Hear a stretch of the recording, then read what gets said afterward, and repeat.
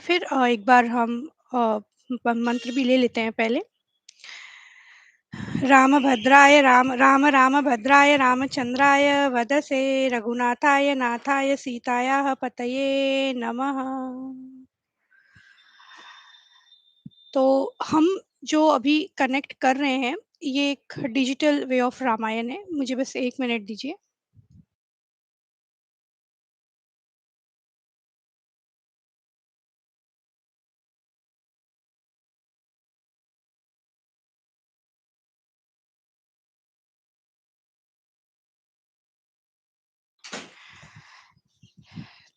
तो जी हाँ, तो मैं ये कह रही थी कि हम लोग एक नए माध्यम से जुड़ रहे हैं, डिजिटल वे ऑफ रामायण, क्योंकि यहाँ हमारा एक अभियान जो शुरू किया है हमने, घर-घर रामायण पहुँचाने का।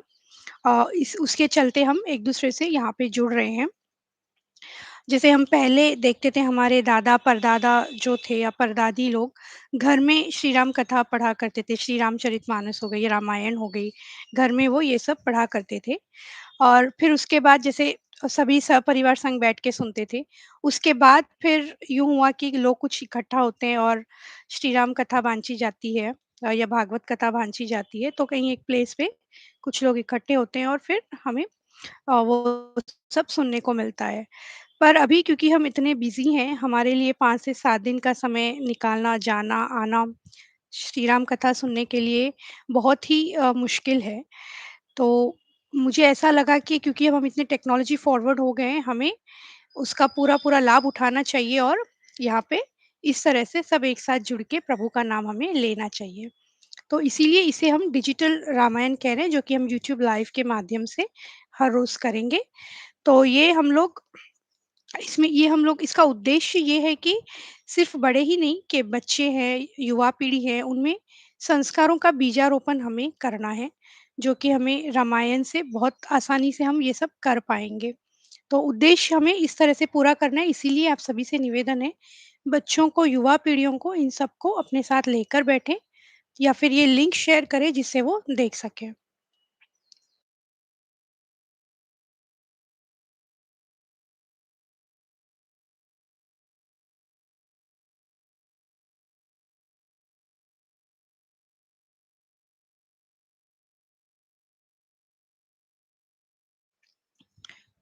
तो हम लोग हर दिन शाम में 6 से साढ़े 6 बजे इस तरह से इस टाइम पे कनेक्ट होंगे।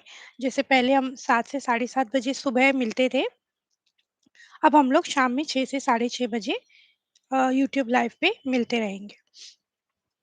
और अगर कोई उस समय पे बिज़ी हो या नहीं देख पा रहे हैं, तो ऑफ़लाइन भी वीडियोज़ अवेलेबल होते हैं। आप लोग कभी भी उस पे जाके देख सकते हैं, किंतु एक नियमित समय बनाएँ कि हाँ, मुझे इसी टाइम पे रोज़ पढ़ना है और फिर उसपे आप आरंभ करें। यूट्यूब चैनल को यदि सब्सक्राइब न किया हो तो सब्सक्राइब करें, सभी के साथ शेयर करें।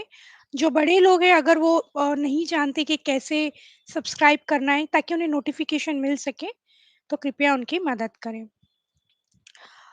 थोड़ा-सा हम इस पे आते हैं कि रामायण क्या है? मतलब उसमें एक्चुअली है क्या? क्योंकि रामायण तो वैसे कोटि रामायण है, करोड़ों रामायण लिखी गई है।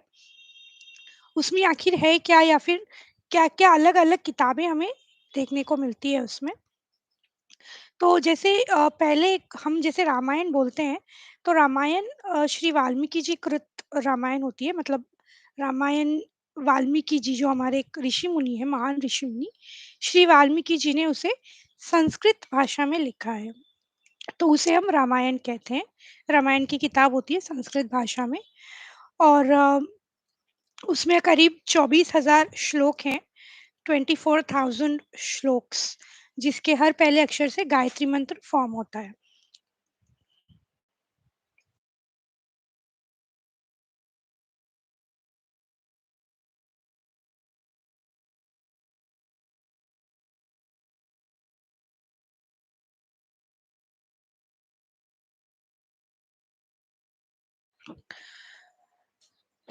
और तो रामायण श्री वाल्मीकि जी कृत संस्कृत भाषा में 24,000 श्लोकों में लिखी गई है, और उसके हर पहले अक्षर से अगर आप मतलब पहला अक्षर जोड़ते हैं, तो 24 अक्षर का हमारा गायत्री मंत्र बनता है उससे, मतलब उससे गायत्री मंत्र फ़ॉर्म होता है, इस तरह से लिखे गए हैं।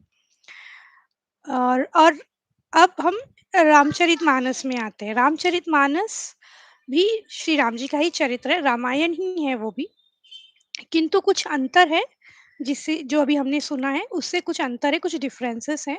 तो श्री रामचरितमानस जो है वो श्री तुलसीदास जी ने लिखी है। श्री तुलसीदास जी द्वारा कृत श्री रामचरितमानस है, जो कि अवधी भाषा में लिखी गई है। तो उस युग में, मतलब जब तुलसीदास जी हमारे थे, तो उस युग में संस्कृत इतना आसान नहीं था, तो इसीलिए उस समय अवधी भाषा ज़्यादा प्रचलित थी। तो उन्होंने अवधी भाषा में इसे श्री राम जी के चरित्र को लिखा अपने श्री रामचरितमानस में। और इसमें जिसमें जैसे श्लोक तो नहीं है, इसमें अलग-अलग चीज़ें हैं, जैसे चौपाइयाँ हम कहते हैं, कुछ पैराग्राफ्स जो होते हैं उन्हीं के बारे में बताया गया है। डिफरेंट पैराग्राफ्स को अलग-अलग नाम दिए गए हैं, या लाइनर्स को अलग-अलग नाम दिए गए हैं।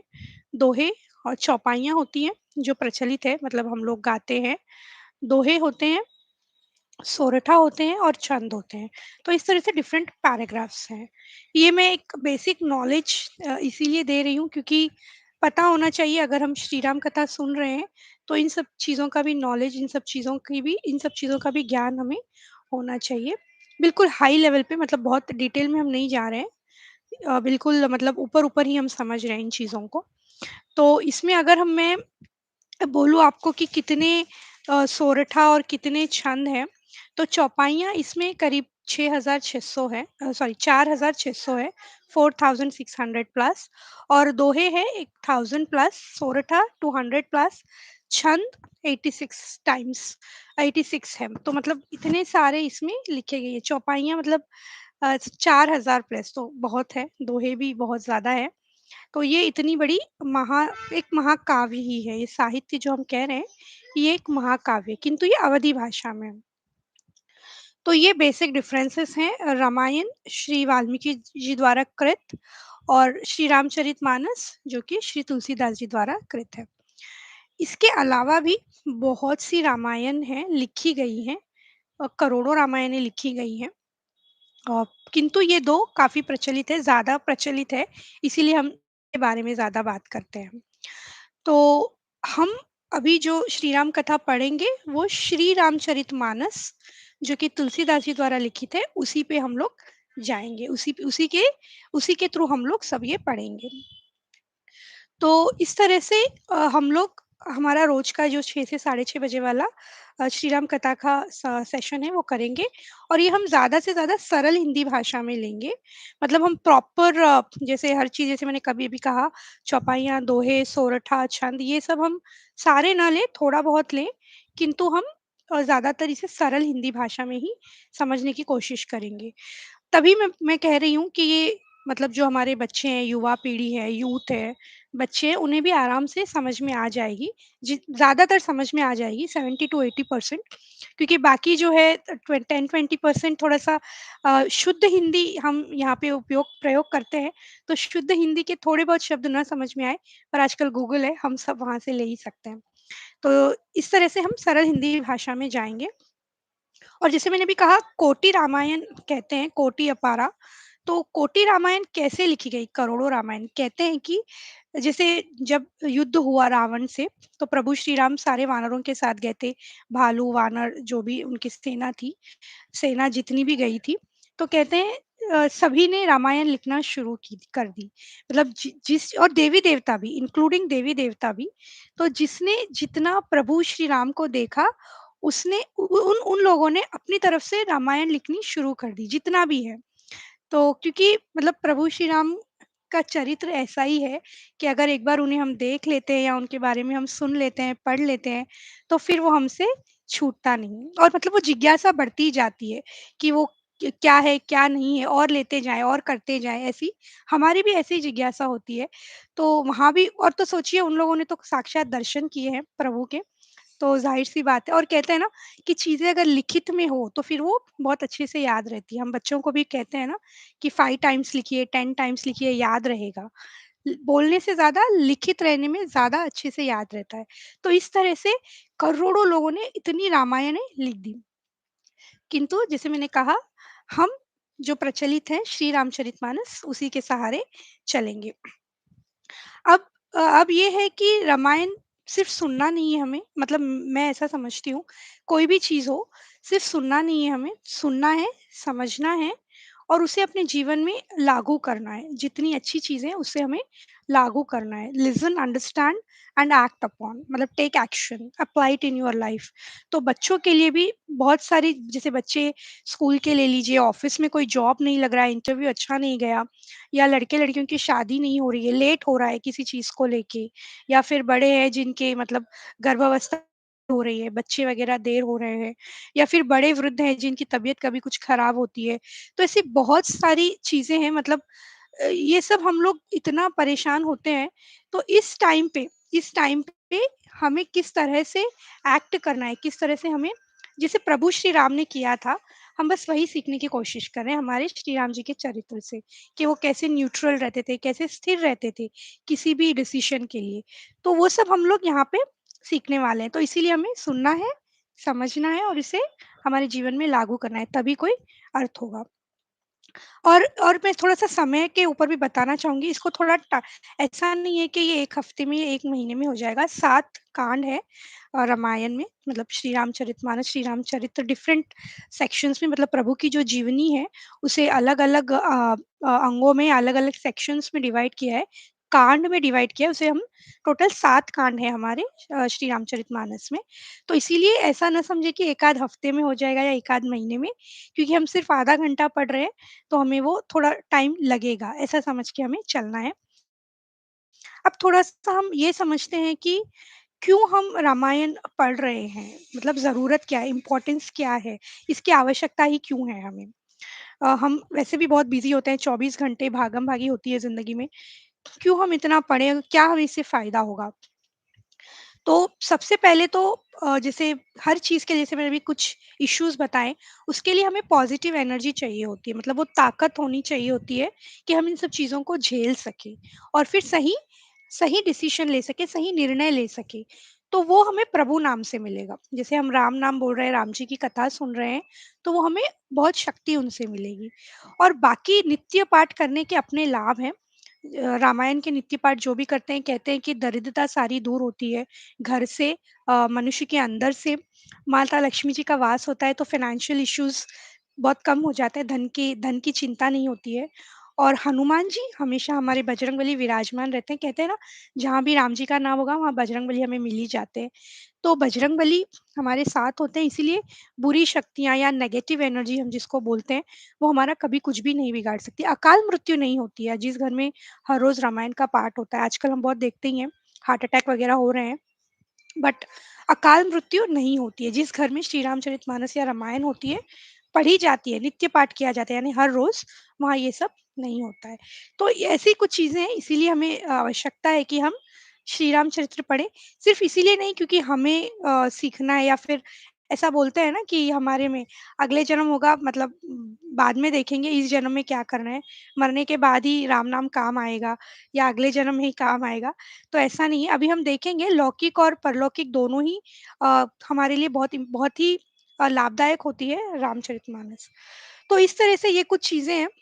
अभी मैं थोड़ा-सा निवेदन पे चलती हूँ। मैं आपको पहले एक बेसिक चीज़ें कुछ बता देती हूँ। कुछ रूल्स होते हैं, नियम होते हैं पाठ पाठ करने के। ये तो हम अभी जुड़ रहे हैं, तो मैं करके ही बैठती हूँ। पर अगर आप खुद कभी पढ़ रहे हैं घर पे, या कभी आगे आप पढ़ रहे होंगे, तो जितना हो सकता है कुछ नियमों का तो हमें फ़ॉलो करना ही करना है, मतलब हमें पालन करना ही करना है। कलयुग है वैसे तो, जितना होगा उतना करेंगे। परंतु 2-3 चीज़ें हम कर सकते हैं। जैसे फ़ॉर एग्ज़ाम्पल, जो इम्पोर्टेंट है सबसे, हमें देवी-देवताओं का आह्वान करना होता है। जैसे ही हम श्री राम कथा प्रारंभ करते हैं, मतलब शुरू करते हैं, उससे पहले हमें सभी देवी-देवताओं का करना होता है। आह्वान मतलब it's like we are inviting them, कि आप भी आइए हमारी कथा सुनिए। हम हमें उन्हें इनवाइट करना होता है, आह्वान करना होता है। और दूसरा इम्पोर्टेंट है कि हमें दिया जलाना होता है।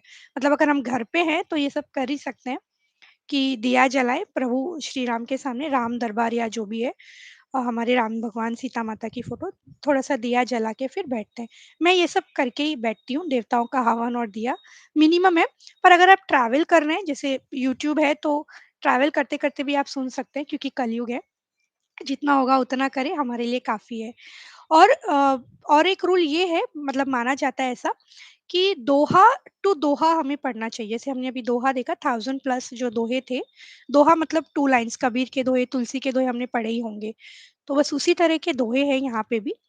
कहा जाता है कि एक दोहा से शुरू करके, जैसे आप एक दिन में 2 दोहे पढ़ लीजिए, 1 दोहा, 5 दोहा, 10 दोहा, जितना आपसे होता है, दोहे आप पढ़ सकते हैं। 1 मिनट।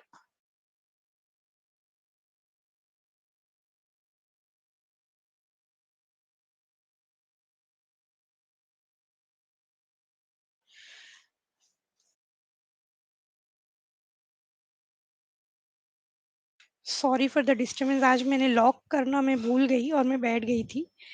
तो हाँ, देवताओं का आह्वान करना होता है, चिराग करना होता है और दोहा टू दोहा पढ़ना होता है। चाहे 5 दोहे, चाहे 10 दोहे आप पढ़िए, उस हिसाब से पढ़ना है।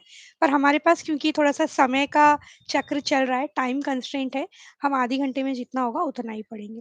तो ये बेसिक रूल्स हैं। मैं आपको किताब भी बता देती हूँ, श्री रामचरितमानस इस तरह से दिखती है। राम दरबार है, पीछे हनुमान जी है। इसके सब ट्रांसलेशंस भी मिल सकते हैं, मतलब अगर आप चाहें अम तेलुगु में मिल जाएगा, हिंदी, इंग्लिश में भी ट्रांसलेशंस होते हैं, तो वो भी हम सब देख सकते हैं। तो चलिए अब हम निवेदन से हमारा हमारी आज की कथा हम आरंभ करते हैं। श्री रामचरितमानस का स्थान हिंदी साहित्य में ही नहीं, जगत के साहित्य में निराला है। जैसे मैंने कहा, ये एक साहित्य है, महाकाव्य है। इसे सिर्फ हम इंडिया में ही नहीं पढ़ते हैं, भारत में। इसे ये ग्लोबली एक्सेप्टेड है, तो जगत में एक्सेप्टेड है। कहाँ? जैसे कुछ कंट्रीज़ के अगर मैं नाम बताऊँ, Indonesia, Nepal, Bhutan, Malaysia, Japan, Vietnam और सिंगापुर, तो इन सब में भी श्री राम जी का चरित्र पढ़ा जाता है। मतलब आकार अलग-अलग होगा, ऐसा नहीं है कि सेम टू सेम ही रहेगा, परंतु श्री राम जी का चरित्र वहाँ भी फ़ॉलो किया जाता है, वहाँ भी माना जाता है। हमारे यहाँ थोड़ा-सा कम प्रचलित है, मतलब कम फ़ेमस है, क्योंकि हम रोज़-रोज़ महाकाव्य नहीं पढ़ पाते हैं या साहित्य नहीं पढ़ पाते हैं, परंतु ये सारे जगत में इसे फ़ॉलो किया जाता है। और केवल इतना ही नहीं, ये सब हमें आदर्श गृहस्थ जीवन, आदर्श राजधर्म, आदर्श गृहस्थ जीवन,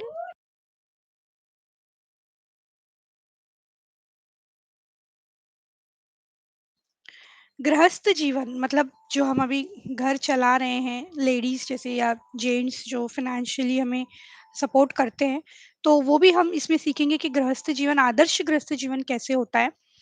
सर्वोच्च भक्ति, ज्ञान, त्याग, वैराग्य, सदाचार की शिक्षा, स्त्री, पुरुष, बालक, वृद्ध और युवा सबके लिए समान उपयोगी।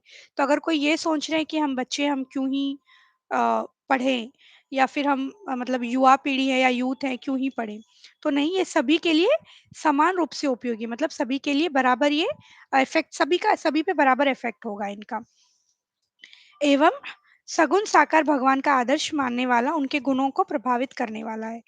जिस ग्रंथों को जगत में इतना मान हो, उनके अनेकों संस्कार और छपना, मतलब संस्कार और उस पर टीकाएँ, डिफरेंट-डिफरेंट बुक्स छापी गई है अलग-अलग तरीके की, तो वो सैकड़ों संस्करण इसके हमारे छपे हुए हैं।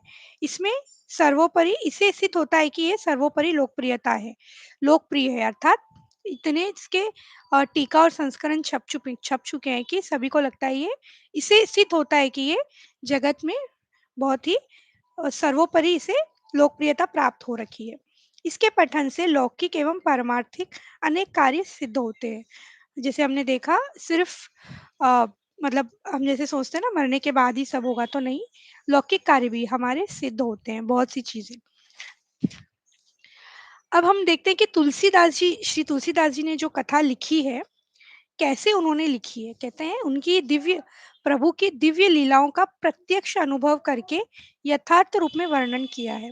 अर्थात प्रत्यक्ष मतलब लाइव समझ लीजिए उन्होंने, इन सब जो हमारे प्रभु का जीवन जो हुआ, मतलब प्रभु श्री राम के जीवन में, वो उन्होंने यथा प्रत्यक्ष अनुभव करके उसे लिखा है, तथा हमारे गौरी शंकर जी यानी शिव जी ने उसे सत्यम शिवम सुंदरम करके उसे अपने हाथ से मतलब प्रभाव उन्होंने सर्टिफ़ाई किया। ऐसा बोल सकते हैं कि शंकर जी ने उसे सर्टिफ़ाई किया है।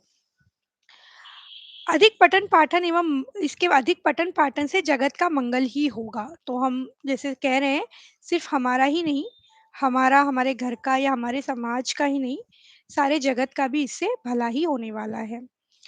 अब थोड़ा-सा विषय सूची पे आते हैं। विषय सूची मतलब इंडेक्स, जैसे हमारे बुक्स में इंडेक्स होता है, हिंदी में विषय सूची कहते हैं। तो इंडेक्स अगर हम देखेंगे तो उसमें जैसे मैंने कहा टोटल 7 कांड होते हैं रामायण में। बालकांड, अयोध्या कांड, अरण्य कांड, किष्किंधा कांड, सुंदर कांड, लंका कांड और उत्तर कांड। तो ये 7 कांड हमारे श्री रामचरितमानस में एक-एक चीज़ से हम लोग इसमें जाके देखते हैं।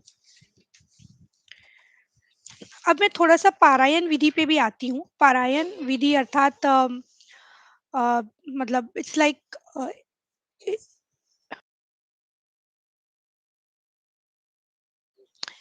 इट्स लाइक आप एक साथ बैठ के उसे कंप्लीट कर सकते हैं। तो कभी 24 घंटे का भी तो बहुत लोग अ, रामायण का पाठ करा रहे हैं, पारायण मतलब 24 घंटे में हो जाए। मास पारायण भी होता है, जैसे एवरी मंथली हम लोग इसको कंप्लीट कर सकते हैं। तो यहाँ पे कहाँ-कहाँ विश्राम लेना है और नवां पारायण भी होता है, मतलब 9 टाइम्स आप पढ़ के इस सारी जो हमारी रामायण है, उसे आप कंप्लीट कर सकते हैं।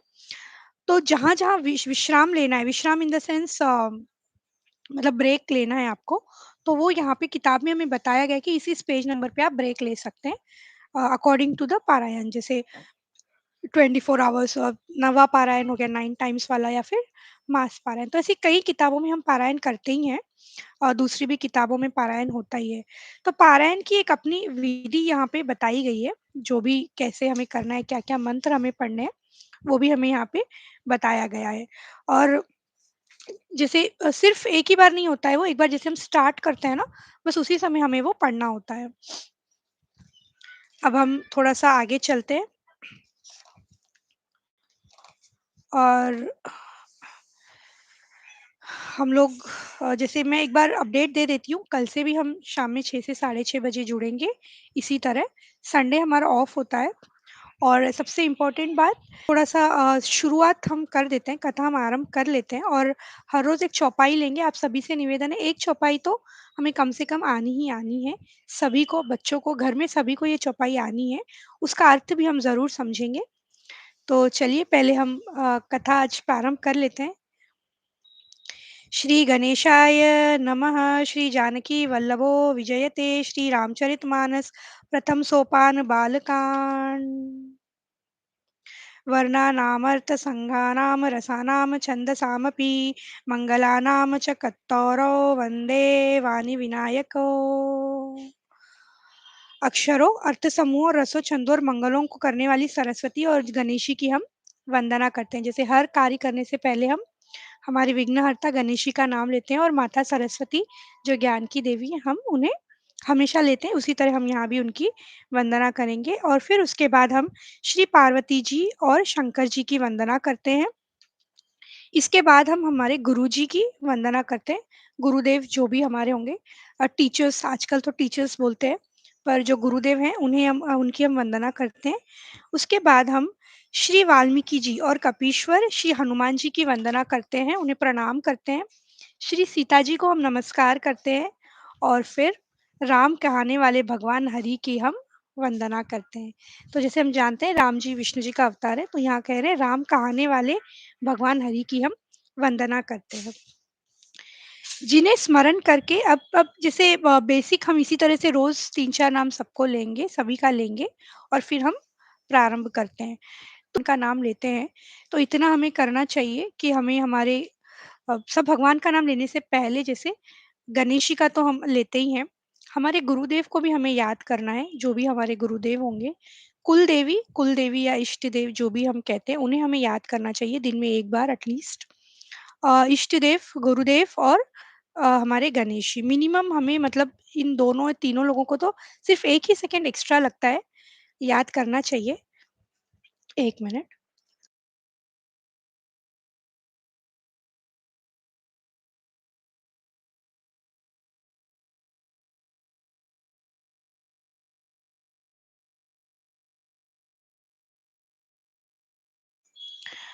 ज़रूर हमें उन्हें याद करना चाहिए और उनके साथ-साथ हमारे जैसे हम लोगों की बात करें, तो पितर-पितरानी जी हम जैसे बोलते हैं पूर्वज, उन्हें भी हमें एक बार दिन में याद करना चाहिए तथा अपने माता-पिता को। अगर माता-पिता हैं, तो उन्हें आप जय श्री कृष्णा जेस्चर जो भी कर सकते हैं और अगर नहीं है तो फिर प्रणाम कर लें। तो इन लोगों को हमें रोज़ दिन में एक बार याद करना ही करना है। तो आज का हमारा समय यहीं पे समाप्त होता है। एक चौपाई हमें लेनी है, जैसे रोज़ मैंने कहा एक चौपाई हम सीखेंगे ही। तो जल्दी से हम चौपाई ले लेते हैं, कल फिर शाम में 6 बजे इसी तरह से हम मिलेंगे। वीडियोज़ पे लाइक और कमेंट करना ना भूलें, क्योंकि कमेंट श्री राम, जय श्री राम, सीताराम लिखने में तो हमारा कुछ जाएगा नहीं, कोई टैक्सेस नहीं लगेंगे आपको। तो बाकी सब चीज़ों पे तो टैक्स लगता ही है आजकल, तो इस पे तो कोई टैक्स नहीं है, तो कमेंट ज़रूर करें, लाइक ज़रूर करें और अपने सगे-संबंधी और दोस्तों के साथ इस मैसेज को शेयर करें, ताकि वो भी हमारे साथ जुड़ सकें और पुण्य अर्जित कर सकें। तो चलिए चौपाई ले लेते हैं। हो मंगल भवन अमंगल हारी द्रवहु सुदशरथ अजर बिहारी राम सिया राम जय जय राम राम सिया राम जय जय राम। बोल सियावर रामचंद्र की जय, पवन सुत हनुमान की